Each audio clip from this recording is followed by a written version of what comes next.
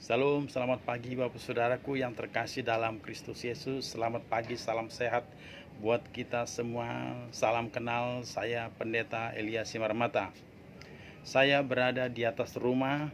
Saya rindu menyampaikan firman Tuhan yang saya bacakan dari 1 Petrus 4 ayat yang ke-7.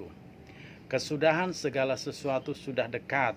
Karena itu kuasailah dirimu dan jadilah tenang supaya kamu dapat berdoa. Bapak Saudara yang terkasih dalam Kristus Yesus, Alkitab mencatat bahwa tanda-tanda akhir zaman akan banyak musibah yang terjadi. Contohnya kelaparan. Ini akibat daripada COVID, peperangan, gempa bumi, kerusuhan di mana-mana. Kasih orang akan semakin dingin Bapak Saudara. Dan kita tidak tahu apa yang terjadi hari esok. Oleh karena itu Rasul Petrus berkata, karena itu kuasailah dirimu. Saudara-saudaraku yang kukasih dalam Kristus Yesus, kita jangan terlalu sibuk dengan adanya informasi-informasi yang telah terjadi. Kita jangan terlalu sibuk mengirimkan informasi-informasi kepada orang-orang lain sehingga orang lain menjadi panik, ketakutan, cemas, khawatir. Ya, kita jangan terlalu sibuk cari-cari informasi, jangan terlalu kepo kata anak muda sekarang, Saudara. Hal yang penting untuk kita informasikan adalah sampaikan Injil Kristus. Sampaikan firman Tuhan kepada orang-orang supaya orang-orang banyak yang percaya dan bertobat. Lalu yang berikutnya dikatakan Rasul Petrus adalah jadilah tenang.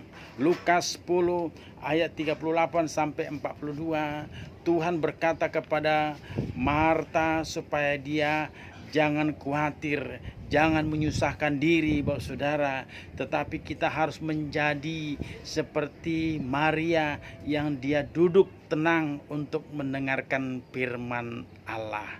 Dia tenang, duduk manis bersama-sama Tuhan. Dan kita percaya bahwa kalau kita tenang menghadapi situasi, kita pasti dapat berdoa. Di dalam Yohanes 14 ayat 1 sampai 3, Yesus berkata kepada murid-muridnya, jangan gelisah. Aku pergi ke rumah Bapa menyediakan tempat bagi kamu, dan aku akan datang kembali menjemput kamu.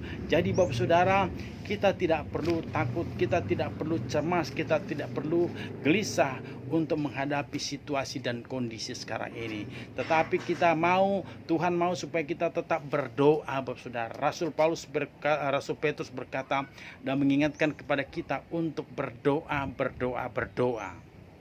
Kita tidak sanggup mengatasi segala persoalan dalam hidup ini Bapak Saudara. Selama hidup pasti ada masalah. Tapi bagaimana masalah itu dapat kita lewati, bagaimana masalah itu dapat kita hadapi. Yesus berkata, berdoalah supaya engkau tidak jatuh ke dalam pencobaan. Jadi untuk menghadapi masalah Bapak Saudara yang terjadi, tantangan yang akan terjadi, kita harus dapat menguasai diri sehingga kita dapat tenang untuk berdoa.